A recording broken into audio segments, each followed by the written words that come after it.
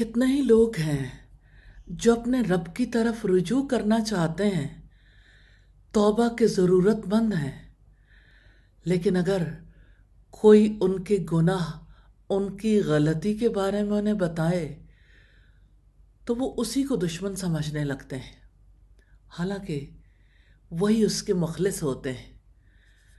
بتانے والا یہ چاہتا ہے کہ یہ شخص جہنم کے راستے پہ بکٹٹ بھاگتا چلا جا رہا ہے، اسے توبہ کر لینی چاہیے، اسے رب کی طرف رجوع کر لینا چاہیے، اسے اللہ کی رحمت میں آ جانا چاہیے، اسے شیطان کے حملوں سے بچنا چاہیے۔ لیکن کتنی عجیب بات ہے کہ کوئی مخلص کو ہی دشمن بنا لے۔ شیطان انسان کو یہ کہتا ہے کہ یہ لوگ جو اپنے آپ کو متقی سمجھتے ہیں، نیک سمجھتے ہیں، یہ تو محض ظاہری لباس ہے، یہ چاہتے ہیں کہ آپ کو دنیا میں ذلیل کر دیں۔ اگر آپ نے اپنی عزت کو بچانا ہے نا، ان سے دور رہو۔ لہذا وہ مخلص لوگوں سے کھینچ کر دور کر دیتا اور انسان کو گناہوں کے نقصان کی طرف توجہ ہی نہیں کرنے دیتا۔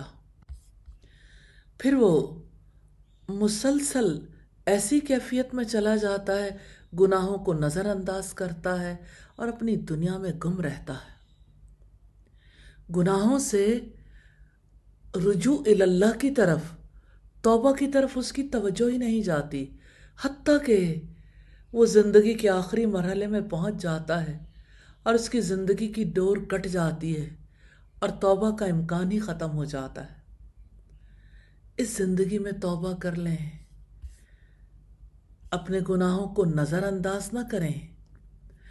جو آپ کی اصلاح کرنا چاہتا ہے اس کو اپنا دشمن نہ سمجھیں۔ اللہ کی طرف رجوع کرنے میں جو لوگ مددگار ہیں انہیں اپنے حق میں مخلص سمجھیں۔ اللہ تعالی ہمیں اس کی توفیق عطا فرمائے۔ آمین ثم آمین۔